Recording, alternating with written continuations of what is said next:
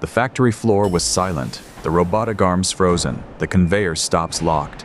On the executive demonstration dashboard, modal confidence 99.8% still showed green motion. The man with the gray notebook knew why.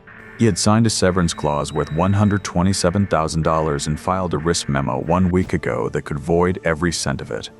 The AI was 8 seconds behind reality. When it caught up, it would misdiagnose 47 shutdowns and recommend a restart that any floor technician could execute by pressing the physical reset buttons on lockdown equipment. The answer was 8 weeks behind them and a lifetime before that. Stay. 8 weeks before launch, Walter Keene sat at a workstation in the maintenance bay of North Star Motion Systems, speaking an observation about intermittent relay contact under humidity into the AI knowledge extraction system that Derek Whitcomb had deployed to convert 38 years of experience into machine-parsable data, and the system was telling him that his knowledge did not fit its categories. His ceramic coffee mug sat beside the monitor, stained brown at the bottom, no logo on its surface. His analog multimeter, the one he had brought from home 20 years ago, lay at the back of the bench beside the company-issued digital one he used only when the analog could not read a signal clearly. The extraction system accepted his spoken input, transcribed it, and attempted to classify it into the platform's predefined failure taxonomy. But the behavior Walter was describing depended on cabinet position, time of day, season, and whether the compressed air condensate drain had been cleared that week. The system's classification engine could not map these dependencies to any existing category.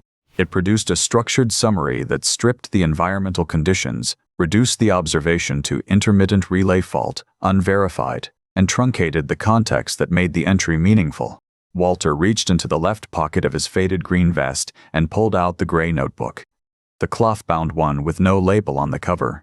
He opened it to a blank page and wrote the full observation there, not by preference, not out of stubbornness, but because the company's system could hear what he said and still not understand what it meant. The company-wide modernization meeting was held in the executive conference room that afternoon, and Walter sat in the back row. Derek Whitcomb stood at the front with a tablet in his hand.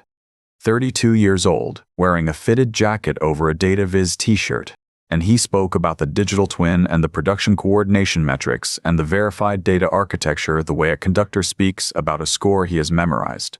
The system was impressive, and the numbers on the screen were real, and Walter did not dispute any of them. During the slide on stale data detection thresholds, Walter opened the gray notebook on his knee and wrote. He did not write quickly or furtively. He wrote the way a man writes a reminder to himself about something that will matter later, when the person who needs to know it is ready to hear it. Caleb Mercer, 3 weeks into Derek's team, leaned toward the engineer beside him. "Is that the backup system?" Derek did not look up from his tablet. "For another 2 weeks." Brief laughter passed through the room. "The kind that leaves no trace." Walter continued writing. The notebook remained flat in his hands, buried among ordinary things. After the meeting, Derek reviewed Walter's transition timeline at the conference table. His voice was professional and organized, not hostile, not impatient. He spoke about Walter's position being absorbed into the platform's operational framework, the way a project manager speaks about a phase that has reached its natural conclusion. HR had presented Walter with a standard transition severance. $127,000 1-year salary. Continued health benefits for 18 months. Contingent on a non-disparagement clause and an agreement to support the successful completion of the modernization project. Walter had signed it. He had understood that the clause was broad enough that filing a formal risk report against the project could be construed as interference. He asked Derek a question about the platform's stale data detection thresholds. The kind of question a senior reliability engineer asks when he wants to know whether the system can distinguish between a sensor that has stopped transmitting and a sensor that is transmitting incorrect data at irregular intervals. Derek paused. He looked at his tablet. He did not have the answer immediately. The question passed the way a stone passes through water.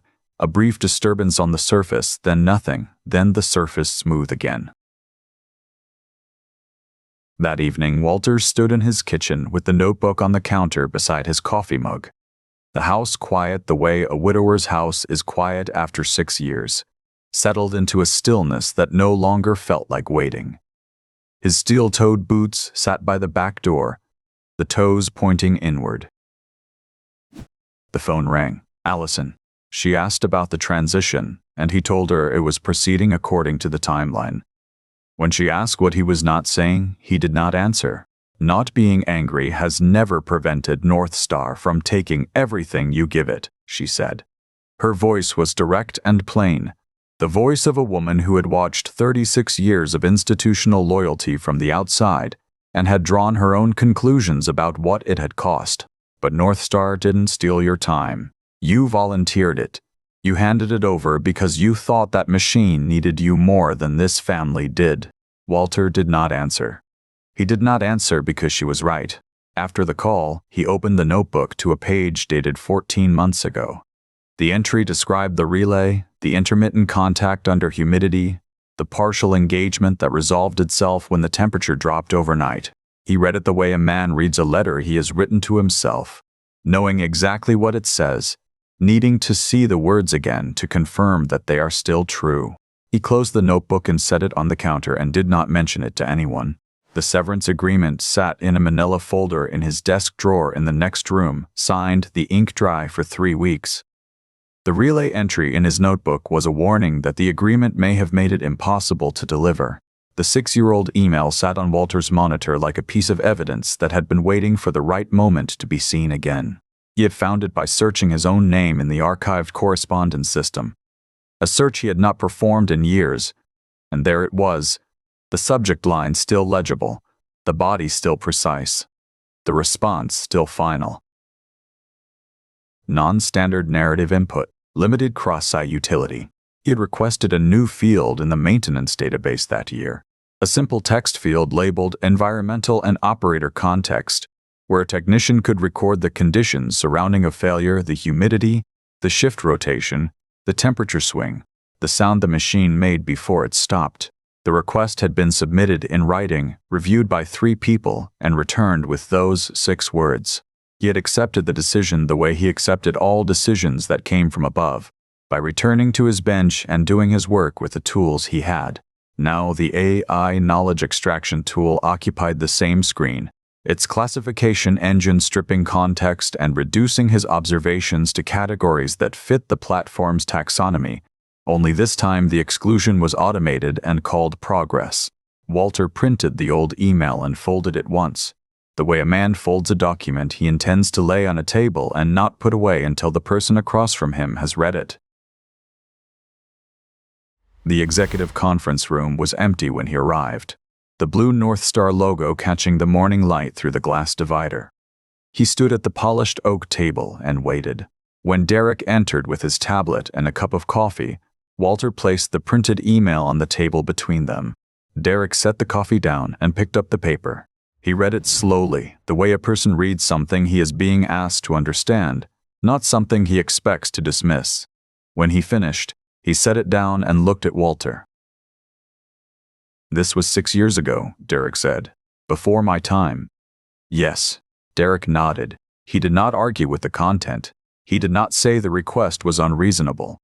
He said, "We build with the data we have, not the data we wish we had." And he said it the way a project manager states a constraint, not the way a man dismisses an idea. The schedule did not allow a data architecture redesign. The launch was in 12 weeks. The platform was validated. The field would not be added. Walter did not argue. He had not come to argue. He had come to show Derek that the problem had been identified once and ignored once by a different manager in a different decade, and that the second time was not a surprise, it was an institutional pattern. "Your transition documentation," Derek said, and Walter heard the shift in his voice, the move from the past to the present. "The team has decided to assign the standardized format work to a junior member. She has 2 years of experience. She is more suitable for the standardized format." Walter stood very still. He did not look down at his hands. He looked at Derek's face and saw that Derek believed he was being efficient, that he was not being cruel, that he was simply matching a resource to a task. Why is the answer to discard observations instead of creating a better way to preserve them? The question came out flat, not rhetorical, not sentimental. It was the kind of question a man asks when he has spent 38 years observing how things fail and has concluded that the failures are almost never mechanical. They are architectural. They are decisions made in conference rooms by people who have never stood beside a machine at 2 in the morning and listened to it breathe. Caleb Mercer was standing near the whiteboard, a marker in his hand, the validation schedule half written behind him. He had been there the entire time, quiet, watching. He heard the question and did not move. Something in his face shifted, a flicker that no one in the room saw because no one was looking at him. He recognized the question. It was not the question of a nostalgic retiree. It was the question of a systems engineer who had been asked to build something and had been told twice that the thing he needed to build it did not exist. He kept the recognition to himself. Derek looked at Walter for a long moment. Then he said, "Caleb, I need you to compile the raw validation data for the executive launch summary. All of it. Every data point in the project file." Caleb nodded. The assignment landed without ceremony, a routine delegation. The kind of task a junior team member receives when a senior manager trusts him to handle the numbers. He wrote it down. He understood without being told that the assignment gave him access to everything Derek had, including anything Walter submitted. Late afternoon found Walter back at his workstation in the maintenance bay. The fluorescent tubes hummed above him. The coffee in his mug had gone cold hours ago, and he had not noticed. He opened the gray notebook and began writing. Not in the standardized format, not through the system that stripped his observations to fit its taxonomy, but in his own hand, on his own paper, with the precision and depth the extraction tool could not preserve. He wrote the way a man writes when he knows the document may never be read by the people who need it, but writes it anyway because the alternative is letting the knowledge die in his head. The company's standardized template sat open on his monitor, half completed. The fields were shallow. The classification engine offered categories that did not include the behavior he was trying to describe. He left the template open as a gesture, a concession to the process, and he filled the binder beside his keyboard with the knowledge the process could not hold. The kitchen at home stayed dark that evening. The notebook sat beside the coffee mug. The boots remained by the back door. Another evening he was not there. Another meal he would eat standing at the counter. Another hour of sleep he would trade for the work of preserving what the company had already decided it did not need. The validation tests began at 7 o'clock that evening. Derek's team gathered around the monitors in the conference room, watching the AI platform process every verified historical record North Star had. The system moved through the data the way a machine moves through a stack of paper, quickly, precisely, without preference. It reported confidence. Walter stood at the edge of the maintenance bay, near the monitor that displayed the same data stream. He watched the numbers scroll past. The system was precise. The system was fast. The system was processing every record that had been verified according to the criteria the system itself had defined. But the system did not know about the relay. It did not know about the humidity that gathered in the cabinet on the north side of the plant during the spring thaw, the way the contact arm hesitated before engaging, the way the partial engagement left no trace in the voltage logs because the voltage never dropped far enough to trigger an alert. It did not know that the failure was not in the data. It was in the conditions the data could not capture. The system reported confidence. Walter watched the data flow and said nothing. He knew what the system did not know, and he knew that no one else in the building knew it either. 3 weeks before launch, and the overnight production logs told a story the system had already decided was not a story at all. Walter sat at his workstation in the maintenance bay and watched the anomaly classification scroll past on the monitor. 3 events had been flagged overnight: a controller restart delay of 47 seconds, a timing mismatch between 2 zone controllers, a zone that briefly reported stale status before self-correcting. All 3 classified as within tolerance and closed. He recognized the pattern the way a man recognizes a voice he has heard in the dark. The restart delay was not clock drift. The timing mismatch was not a software glitch. They were the same pattern he had documented 14 months ago. The same sequence the extraction tool had rejected, because the data did not fit its categories.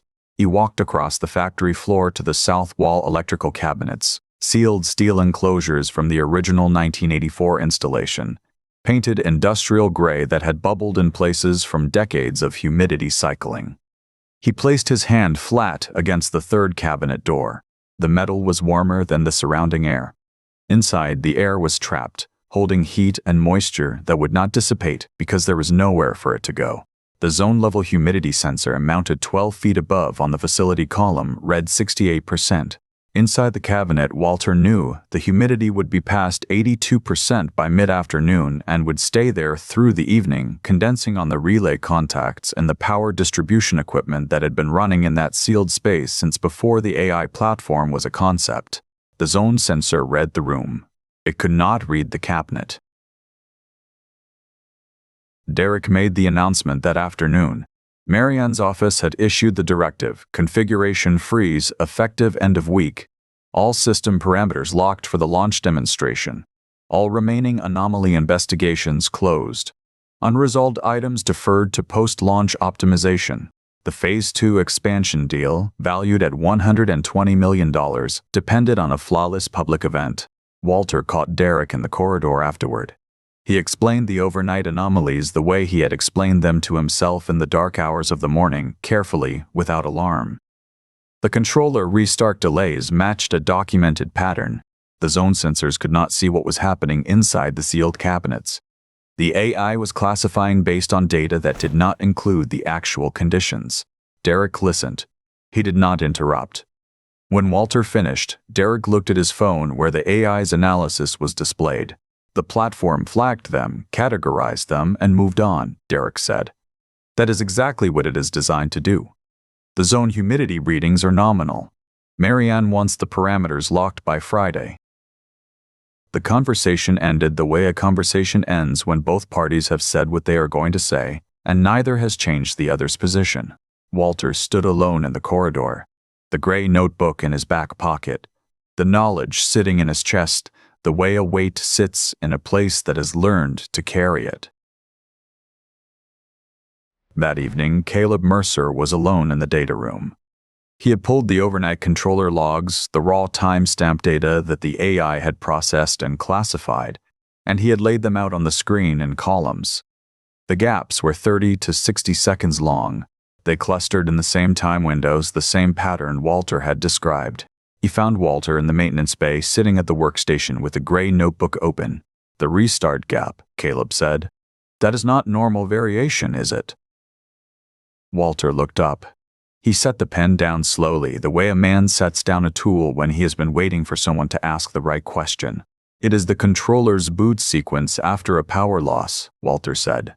The zone sensors cannot see what is happening inside the cabinets. Caleb understood. Walter could see it in his face, the way the pieces fit together. The timestamp gaps, the cabinet humidity, the sensor blind spot. He saw the whole thing, the way a man sees a door that has been cracked open and knows he could push it wider. But the AI's classification was technically defensible. The zone data supported it. The board's code freeze deadline was 2 days away. Caleb nodded, the way a man nods when he is accepting a conclusion he does not agree with but cannot disprove. He walked back toward the data room. The door that had cracked open closed again, settled back into its frame the way a door settles when no one pushes it. Walter sat alone at the workstation. He opened the gray notebook and wrote, the south wall cabinets, the humidity forecast for launch week, the relay behavior. He wrote the way a man writes when he is closing on a problem he has not yet solved. When the evidence exists and the window for action is narrowing with every hour that passes. The code freeze was Friday. The anomaly investigations were closed. The configuration was being locked. Walter was running out of transition weeks, running out of time to make someone see what the system could not see. He closed the notebook. He set the pen beside it. He sat in the quiet of the maintenance bay. The way a man sits when he has done everything he can do and knows it is not enough. 1 week before launch, the summer storm arrived the way Walter had known it would, pressing into the evening with the weight of air that had nowhere to go. The zone-level humidity sensor on the facility column read 74%. which was within the AI's operating parameters for the final validation run scheduled to begin at 10 o'clock that night. Walter walked the evening rounds the way he had walked them every evening for 32 years, checking what the sensors could not check. He stopped at the south wall cabinets and placed his hand flat against the third cabinet door. The metal was warm. The paint edges at the seams showed the faintest beating of moisture, the way a glass sweats before the condensation runs. Inside, the trapped air would be past 82%, and the relay contacts would be carrying a film of moisture that no zone sensor could detect. Because the zone sensor was mounted 12 feet above on the facility column, reading the room, reading nothing of what sat sealed and still inside the cabinet walls. The validation run began at 10 o'clock. All zones active, the robotic arms cycling through their sequences, the conveyors carrying test units through the automated stations, the AI managing the flow the way it had been programmed to manage it, reading the sensor data, keeping the system balanced. Walter stood at the edge of Zone 4, the gray notebook in his back pocket, the knowledge sitting in his chest. At 11:43, the legacy backup power relay in the south wall cabinet developed the partial contact condition. The contact surface, corroded by humidity that had condensed and recondensed across 1,000 cycles, made contact, lost contact, made contact again. The Zone 4 controller registered a brief power loss, rebooted, sent a status report that was technically accurate for the moment after the reboot but carried no memory of the moment before it. The AI received the status, classified the data as nominal, and compensated on a reading that no longer reflected reality. The safety system, operating on a separate circuit and a separate logic, caught what the AI had classified away. 4 machines in Zone 4 dropped to safe state. The amber floor alarms pulsed through the humid air. Marcy Boone reached the e-stop panel in 43 seconds. She hit the button, overrode the AI's control authority for Zone 4, and shut down the automated test sequence. The factory floor was safe. She stood at the panel, her hand still on the button, the amber light casting its slow rotation across her face. She knew what morning would bring. She picked up the phone and called Walter. Walter was in the bedroom, the good shirt on, the tie in his hand, the retirement dinner waiting at the restaurant where Allison had made the reservations 6 weeks ago. The phone rang. Marcy's voice was calm. She told him what had happened. She told him what she needed. Not rescue. Evidence. Someone who could prove, with documentation the company's own systems would accept, that her e-stop was justified. Walter said 30 minutes. He drove to the factory. He stayed 6 hours. The maintenance bay at 1 in the morning held the kind of quiet that comes when the machines are stopped, and the people who remain are the ones who understand what they are looking at. Walter tagged the breaker, verified zero energy with his analog multimeter, and opened the south wall cabinet door. The humid air spilled out, carrying the smell of trapped heat and aged insulation. He shone the flashlight on the relay. The contact surface told the story without needing to be energized, the pitting across the copper face, the faint carbon tracking where arcs had burned through the moisture film, the greenish residue of corrosion that had been building for months in air no zone sensor had ever measured. Caleb stood beside him, laptop open on the workbench, the timestamp columns laid out across the screen. Walter walked him through the controller restart analysis the way a man walks someone through a door he has opened and wants them to see what is on the other side. Your restart timestamp is 43 seconds ahead of the controller log, Walter said. That is the controller's full boot sequence after a power loss. Cold start, network handshake, resume reporting. That is not clock drift. That is the controller telling you it lost power and came back. Caleb saw it. The whole thing, the gap between what the sensors reported and what the cabinet held. The gap between what the AI classified and what the safety system caught. His first real technical collaboration with Walter. Marcy brought coffee. 3 people in the maintenance bay, the notebook open under the sodium vapor lights, the corroded relay laid on the bench beside its replacement, the evidence documented and time-stamped and ready for the morning. Derek arrived at 2 in the morning in a jacket and jeans, tired, controlled, efficient. He examined the relay. He read the documentation Walter and Caleb had compiled. He categorized the event as a one-time hardware fault and replaced the specific relay. Then he opened the post-incident response procedure and reclassified the autonomous diagnostic chain. Deprecated. Independent documentation. Off-roster personnel contact, root cause analysis without director-level authorization. All of it locked behind a gate that would not be staffed at 3 in the morning. He turned to Marcy. Calling Walter without project authorization during a validation test, bringing in personnel outside the approved team roster. Was that within protocol? Marcy did not answer. The e-stop was hers to press, and no procedure could take that from her. But the phone call, the decision to bring in a man the project had decided it no longer needed, that was the thread Derek could pull. The question was a record, entered into the log, the kind of entry that sits in a file until the day someone needs it. Walter filed the risk memo at 3:47 in the morning, while the evidence was still laid out on the bench and the timestamp columns were still open on Caleb's laptop. He wrote what he had seen. The fault might be intermittent. Stale telemetry could trigger cascading production shutdown under humid conditions. The local recovery authority should be restored to shift supervisors. Cabinet-level environmental monitoring should be installed before launch. He knew what it would cost him. The non-disparagement clause was broad enough that filing a formal risk memo could be construed as interference, grounds to void $127,000 and 18 months of health benefits. He knew that whistleblower protections existed for exactly this kind of report. But he also knew what winning looked like at 18 months of depositions, legal fees he could not front, the company's attorneys turning his career into a timeline of grievances. The fight itself was its own punishment, and the clause was designed to make a man his age decide the fight was not worth starting. He filed the memo anyway. He sent it to Derek and Marianne Holt. Derek categorized it as low-priority operational risk within his own project file. It never reached independent safety review. Caleb compiled the validation data for the executive launch summary. He included the risk memo and the night test incident documentation in his draft and submitted it to Derek for review. He did not push back. He put the evidence in the record and waited. 5 in the morning. Walter came home.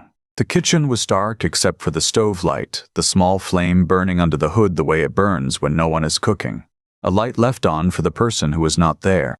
The table was cleared except for one plate, covered in foil, sitting where he would have sat. One bottle of beer, unopened, beside it. The chair pulled out. His phone showed the text from Allison. "I saved your plate, again." The last time he had stayed at the factory instead of being with his family. His wife was alive. Allison did not say this.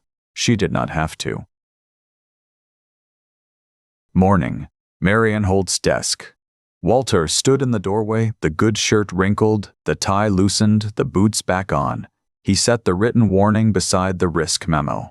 "You keep recognizing it after you're done needing it," he said.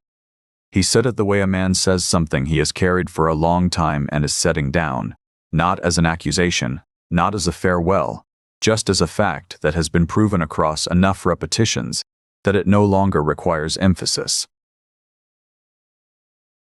Derek's recovery report credited anonymous operation support. The risk memo was filed in the project file, categorized as low-priority operational risk, accessible to no one who would question the categorization. The local recovery was locked behind a director who would not be on the floor at 3 in the morning. Caleb's draft was in Derek's inbox. Launch was 7 days away. The cost had been paid. The dinner, the $127,000, the plate covered in foil. Walter had bet everything on a memo that was filed and buried. Marcy's autonomous response chain had been locked behind a gate. Caleb's evidence was waiting for a review that would sanitize it. No one could stop it. The morning of the launch arrived, the way a date arrives when you have marked it on the calendar for months. Not as a surprise, just as the thing that was going to happen whether you were ready or not.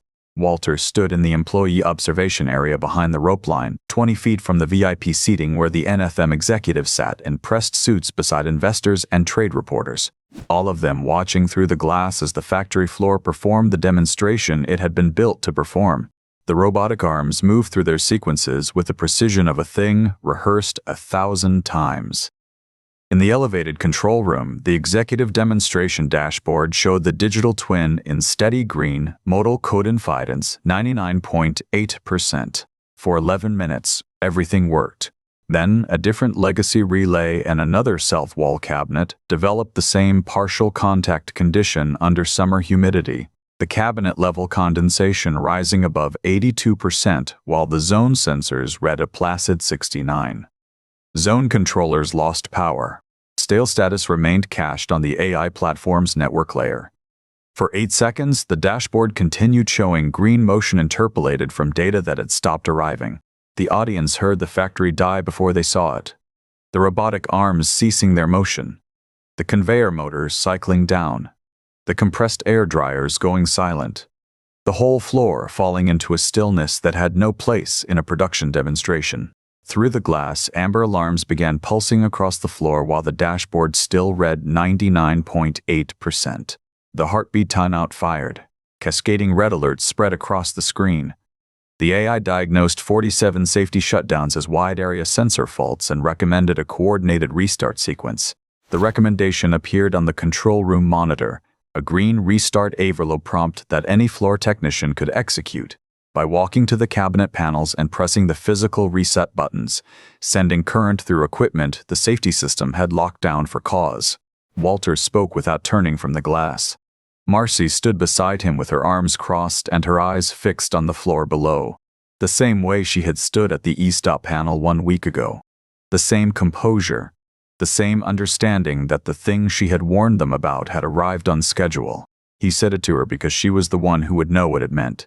Don't let anyone follow the restart. Get to the floor and lock out the panels. The NFM senior vice president turned in his chair and asked Marianne what had happened. Marianne did not have an answer that fit the moment. The senior vice president waited, the way a man waits when the silence tells him more than any explanation could. Then he stood, adjusted his jacket, and spoke in a voice that carried across the observation area without effort. No Phase 2 expansion. No further discussion until North Star provided a transparent, independent root cause analysis. No timeline. No reassurance. The investors followed. The reporters had their story. The conference room door closed at 10:47 in the morning. The same polished oak table from the first meeting. The same glass divider with the North Star logo that caught the light the same way it had caught the light 8 weeks ago when Walter had first placed a printed rejection email on its surface. Derek sat at one end, his tablet face down on the table. Marianne at the head, her phone placed flat in front of her. Caleb near the middle, his laptop open with 2 documents side by side.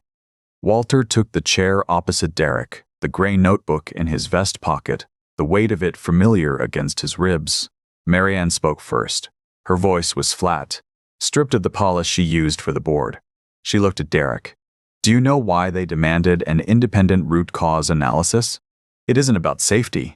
They just handed themselves the perfect leverage to negotiate the Phase 2 contract down from $120 million to $100. She offered Walter a role in framing the narrative, an unpredictable hardware event, a generous transition, a preserved relationship, the standard architecture of damage control. It wasn't unpredictable, Walter said. He did not raise his voice. He did not lean forward. He simply stated the fact the way a man states a fact that has been sitting in a file for 14 months. I put it in writing. You classified it. And if you check your own project file, the memo is still there. Caleb turned his laptop so the table could see the screen. 2 documents. His submitted draft for the executive launch summary containing the validation data, the night test documentation, the risk memo Walter had filed at 3:47 in the morning. Beside it, the final version Derek had approved for the board. The risk section reduced to a single line, all anomalies within tolerance. His voice was steady. Steady the way a voice is steady when the person speaking has decided the cost of silence is higher than the cost of speaking. I compiled this data. I included the risk assessment. I submitted it to you. When I loaded the projector files for the launch presentation that morning, I saw the final version for the first time. My section was rewritten.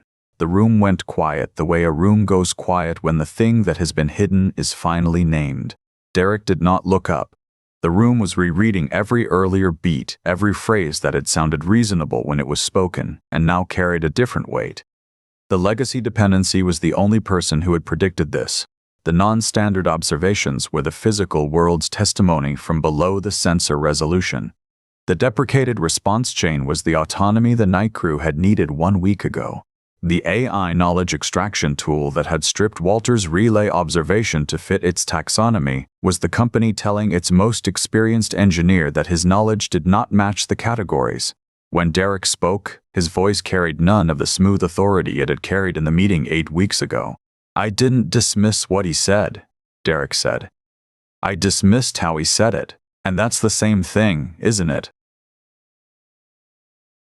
Walter reached into his vest pocket and brought out the gray notebook. He opened it to page 143, the relay entry in his handwriting, the date, the cabinet number, the contact condition. He read it aloud, his voice carrying the words the way a voice carries a fact that has been waiting to be spoken. "The notes are shorthand," he said. "You need the people who know what they mean." He called Marcy forward to describe what the operators had physically seen during the previous anomalies. The flicker in the south wall cabinet lights, the intermittent readings that had never made it into the official logs. He asked for the night shift electrician, the man who had replaced the first relay. The electrician explained that the floor crew had known about the cabinet's damn rattle whenever it's humid for months, but they had no vocabulary for it in the extraction system. Because it did not fit a standardized error code, they had selected unknown anomaly, and the system's classification engine had automatically filtered it out as noise. Walter sat there translating the shop floor's physical reality into the clean data of the executive suite, bridging the gap between the people who touched the machines and the people who programmed them. He asked Caleb to pull the timestamp analysis, the 43-second gap between the controller restart and the safety system's response, the gap that proved the data had been stale before the dashboard showed it as fresh. He asked Derek to explain the AI platform's diagnostic logic, the zone-level sensor architecture, the places where the platform could not reach, the blind spots that had been designed into the system from the beginning. The recovery was a team act, each person contributing the knowledge that only they carried. The knowledge that could not be extracted by a classification engine that reduced their observations to categories that did not include what they had seen. When the evidence was laid out across the table, Walter presented the conditions, not as demands, not as leverage. He presented them as the only roadmap that would get the NFM executives back to the negotiating table, the only path that would survive an independent review. Rollout suspended pending independent review. Cabinet-level environmental monitoring installed as an immediate interim safety measure while the review proceeded. Autonomous post-incident response restored to shift supervisors. No director approval gate. The night crew and plant technicians named in the official recovery report. Field observations preserved beside sensor data in a new contextual engineering archive. The database field he had requested 6 years ago. Finally built. Every future design review including experienced engineers, younger specialists, AI engineers, and operators at the same table. Personal, the severance agreement, already void by the company's own breach in burying his safety memo. Replaced by an independent consulting contract.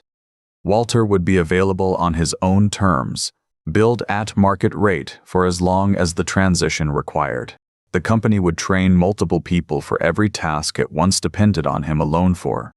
When they no longer needed him, he would stop coming. The choice would be his. He laid the notebook flat on the oak table. He did not frame himself purely as a victim. He told them that keeping the notebook to himself for 38 years had not just been a response to a rigid system. It had been his own kind of failure. Being the only one who could read the machine had given him job security. It had made him necessary. He admitted it the way a man admits a flaw he can no longer afford to carry, acknowledging that greatness did not lie in hoarding the knowledge, but in letting it go so the system could survive. Marianne accepted, not because she respected Walter, though she did. She accepted because every condition mapped directly to what the NFM independent review would require, because the reforms were the company's survival path, not Walter's trophy, and because the man with the gray notebook had been trying to save the factory while everyone else had been trying to save their position. Marcy's e-stop was retroactively validated. Caleb's career risk was justified. Derek remained, humbled, not destroyed, his tools still working when fed the right data, his authority restructured. The room was quiet. The conditions were set. Walter closed the notebook and put it back in his vest pocket. The same weight it had carried for 14 months. The weight of a warning that had finally been heard. The work began. Winter had come to the factory floor the way winter comes to any place where the temperature is controlled by machines designed to ignore it. A gray light through the high windows, a cold that settled in the concrete and stayed. The heating system ran, but the floor was a place where the outside world insisted on being felt. A reminder that the building was a shelter, not a sealed environment. Walter walked the floor when the consulting contract brought him in. 2 or 3 days most weeks. Fewer, as the new people learned what he had carried alone. The cabinet-level humidity sensors were installed on every south wall enclosure. Probe heads threaded through rated penetrations in the cabinet walls and wired back to the facility monitoring system. The conduit entry sealed to maintain the enclosure's NEMR rating. They were not expensive. They were not complex. They were simply placed at the resolution that mattered.